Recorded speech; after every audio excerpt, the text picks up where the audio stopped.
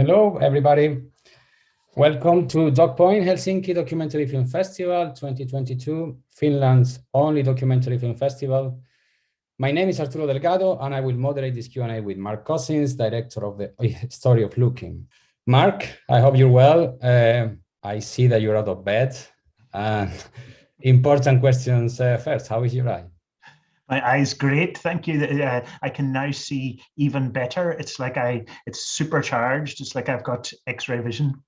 I'm sorry I'm not there. It would be nicer to be there, of course, than doing it by Zoom, but c'est la vie. C'est la vie, yeah, likewise.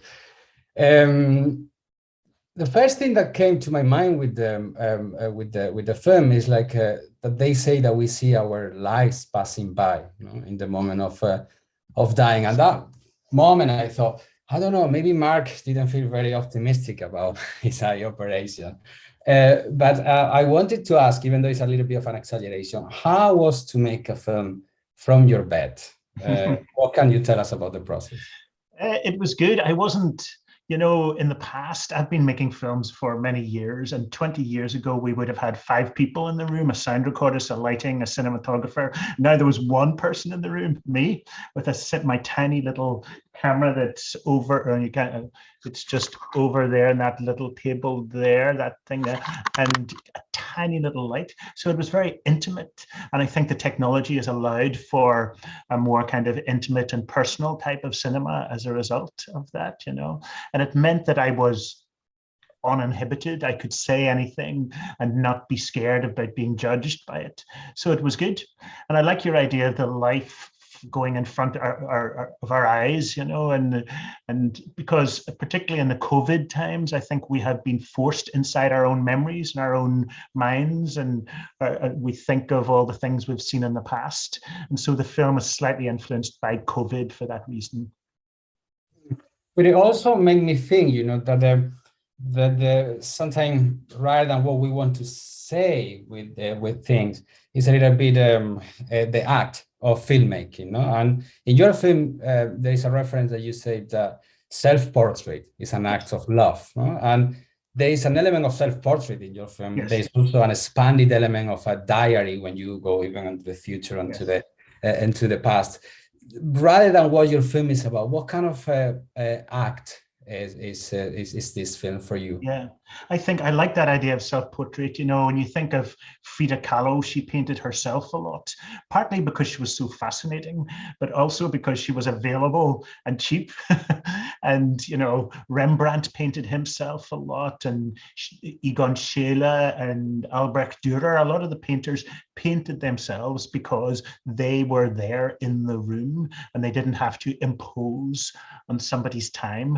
And so that's what it felt like to me in a way. Obviously, I was having this operation, and so that creates a certain jeopardy.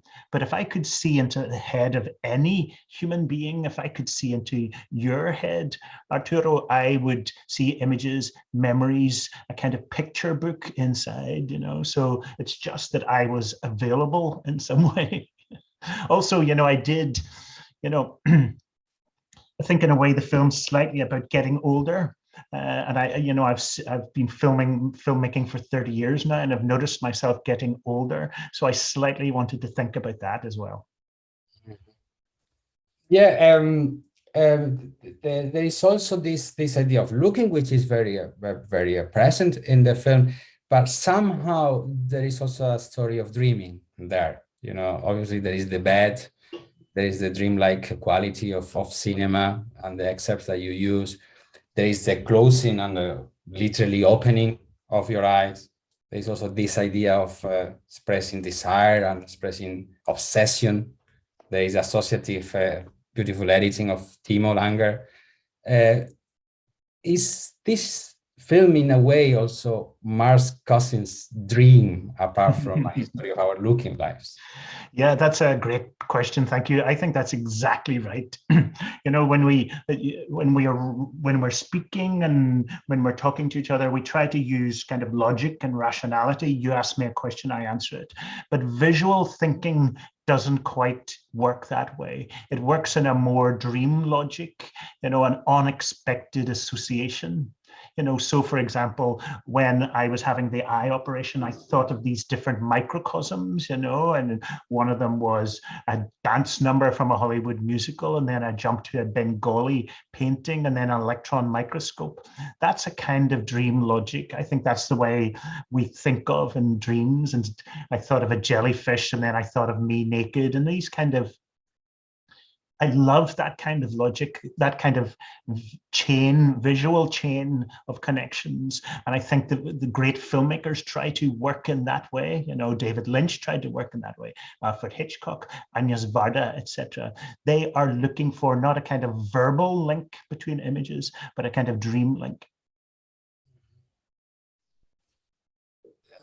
And then I was also thinking about the question of re-looking, because I'm also a documentary filmmaker, but documentary makers, artists in general, film editors, painters, film critics, people that suffer traumas, they know how hard re-looking or looking again, can be.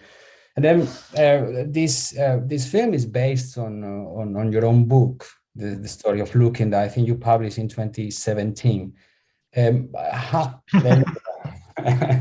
So how has been the process of re-looking at your own book to be turned into a film through your own eyes and lenses, and obviously with something that you mentioned with the pandemic, that has come in between, preventing us from seeing and looking at many things that we were accustomed to. Yeah, I think you're right. Looking is, for those of us who can see, looking is natural, but not necessarily easy. We can glance at something and then glance away, and it has no impact. It doesn't register. So a good question can be, what is stopping you looking? And it can be fear or memory. You mentioned people with trauma. There's some things they cannot watch, because they felt too invaded when they first saw that thing.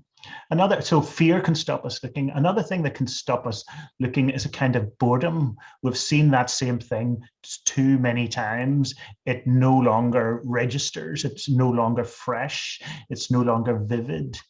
So that's another reason, that's another thing that's stopping us looking. And then, of course, there are all sorts of political and ideological things. Governments prevent us seeing military bases in our countries, for example. There's a lot of that.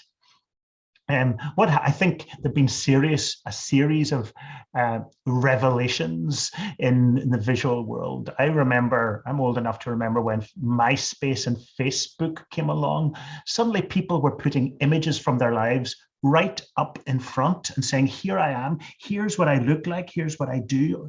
And that was kind of new. And before those things, there was a secrecy, and looking was veiled in some different way. So I'm very interested in what stops us looking. And as you know, as a filmmaker, and I know when I take my camera out, I'm trying to just look really carefully. That scene of the guy standing on the chimney pot in the film, well, if I turn my camera around, he was out. You can't, but yeah, there's the chimney pot there. You can just about see it. But I was doing something else that day, and I looked out that window and I thought, wow. And I scrambled to get the camera, because you think that's a special kind of looking. That's not an everyday, So the question of rarity comes into it as well, I think. And in terms of adapting from the book, I wrote the book before I had any eye problems. So the book is a sort of more of a chronological, and it's a big, it goes through everything, and looking in war, looking in science, looking in sport, etc.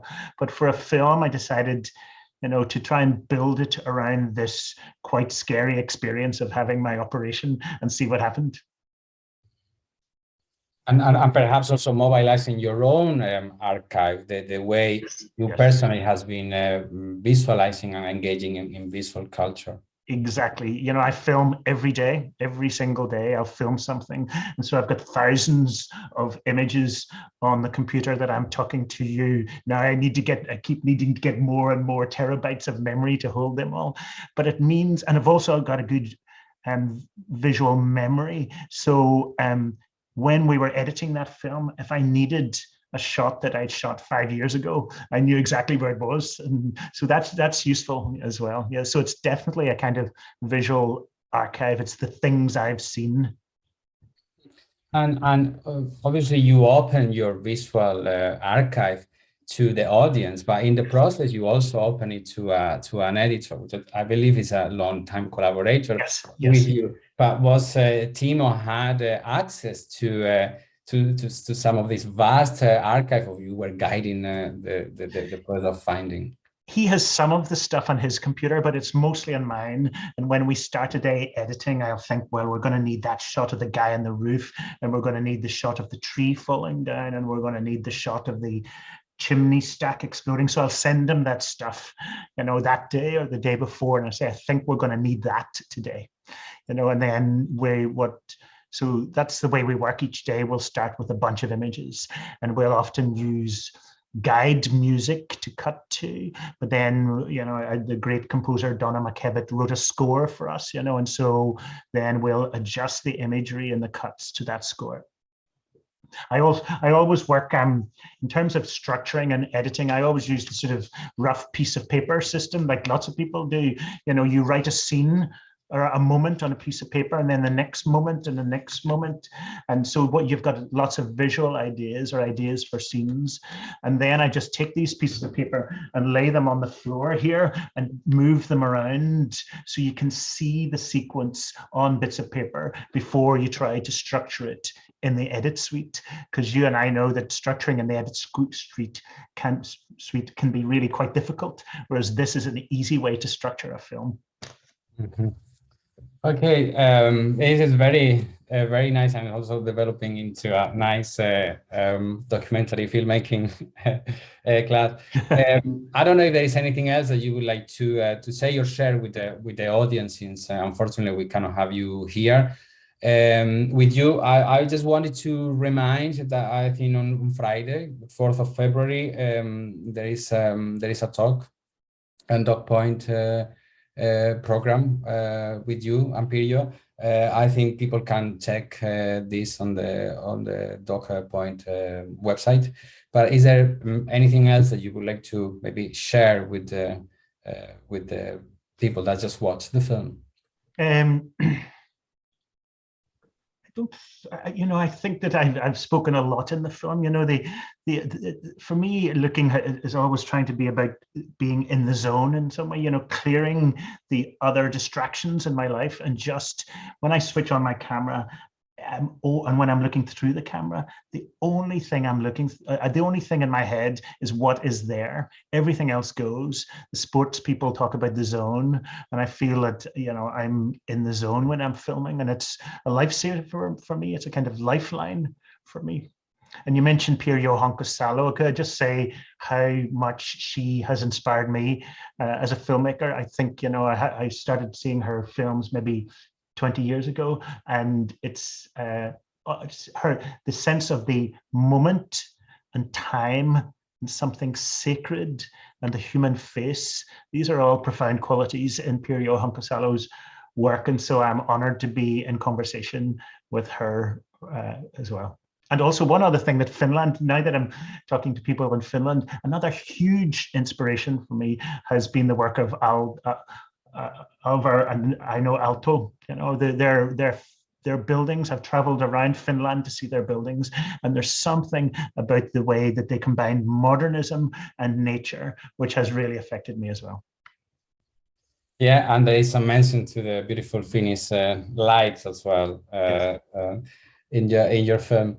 Thanks very much, Mark, for this time, and also for doing this beautiful also poem to light, to color, and to guide us through this very critical but imaginative, somehow academic but very storytelling driven and very fantasy driven film. Thank you very much. Kiitos. Thank you, Arturo. Thank you. Bye-bye.